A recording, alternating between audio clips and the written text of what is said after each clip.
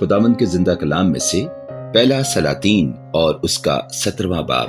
اور ایلیا تشبی جو جلاد کے پردیسیوں میں سے تھا اخیب سے کہا کہ خداوند اسرائیل کے خدا کی حیات کی قسم جس کے سامنے میں کھڑا ہوں، ان برسوں میں نہ اوس پڑے گی نہ می برسے گا جب تک میں نہ کہوں۔ اور خداوند کا یہ کلام اس پر نازل ہوا کہ یہاں سے چل دے اور مشرق کی طرف اپنا رخ کر اور کریت کے نالا کے پاس جو یردن کے سامنے ہے جا چھپ، اور تو اسی نالا میں سے پینا، اور میں نے کووں کو حکم کیا ہے کہ وہ تیری پرورش کریں۔ سو اس نے جا کر خداوند کے کلام کے مطابق کیا، کیونکہ وہ گیا اور کریت کے نالا کے پاس جو یردن کے سامنے ہے رہنے لگا، اور کوے اس کے لیے صبح کو روٹی اور گوشت اور شام کو بھی روٹی اور گوشت لاتے تھے، اور وہ اس نالا میں سے پیا کرتا تھا۔ اور کچھ عرصہ کے بعد وہ نالا سوکھ گیا، اس لیے کہ اس ملک میں بارش نہیں ہوئی تھی۔ تب خداوند کا یہ کلام اس پر نازل ہوا کہ اٹھ اور سیدا کے سارپت کو جا اور وہیں رہ، دیکھ میں نے ایک بیوہ کو وہاں حکم دیا ہے کہ تیری پرورش کرے۔ سو وہ اٹھ کر سارپت کو گیا، اور جب وہ شہر کے پھاٹک پر پہنچا تو دیکھا کہ ایک بیوہ وہاں لکڑیاں چن رہی ہے۔ سو اس نے اسے پکار کر کہا، ذرا مجھے تھوڑا سا پانی کسی برتن میں لا دے کہ میں پیوں۔ اور جب وہ لینے چلی تو اس نے پکار کر کہا، ذرا اپنے ہاتھ میں ایک ٹکڑا روٹی میرے واسطے لیتی آنا۔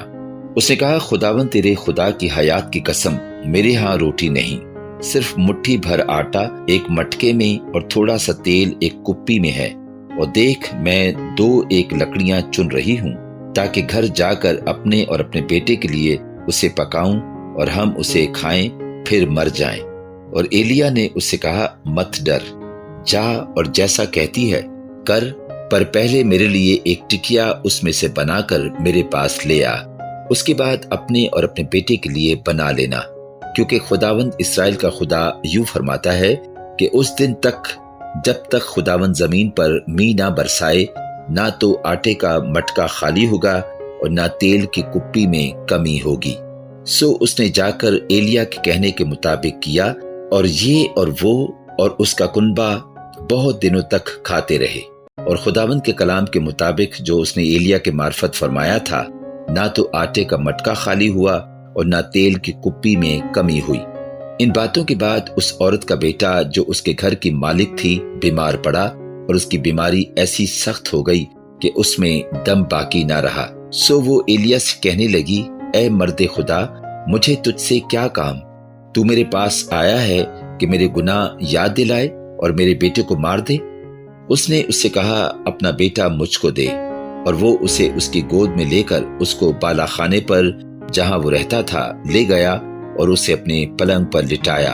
اور اس نے خداوند سے فریاد کی اور کہا، اے خداوند میرے خدا، کیا تو نے اس بیوہ پر بھی جس کے ہاں میں ٹکا ہوا ہوں اس کے بیٹے کو مار ڈالنے سے بلا نازل کی؟ اور اس نے اپنے آپ کو 3 بار اس لڑکے پر پسار کر خداوند سے فریاد کی اور کہا، اے خداوند میرے خدا، میں تیری منت کرتا ہوں کہ اس لڑکے کی جان اس میں پھر آ جائے۔ اور خداوند نے ایلیا کی فریاد سنی، اور لڑکے کی جان اس میں پھر آ گئی اور وہ جی اٹھا۔ تب ایلیا اس لڑکے کو اٹھا کر بالا خانے پر سے نیچے گھر کے اندر لے گیا اور اسے اس کی ماں کے سپرد کیا۔ اور ایلیا نے کہا، دیکھ تیرا بیٹا جیتا ہے۔ تب اس عورت نے ایلیا سے کہا، اب میں جان گئی کہ تو مرد خدا ہے، اور خداوند کا جو کلام تیرے منہ میں ہے وہ حق ہے۔ پاک کلام کے پڑھے اور سنے جانے پر خداوند کی خاص برکت ہو، آمین۔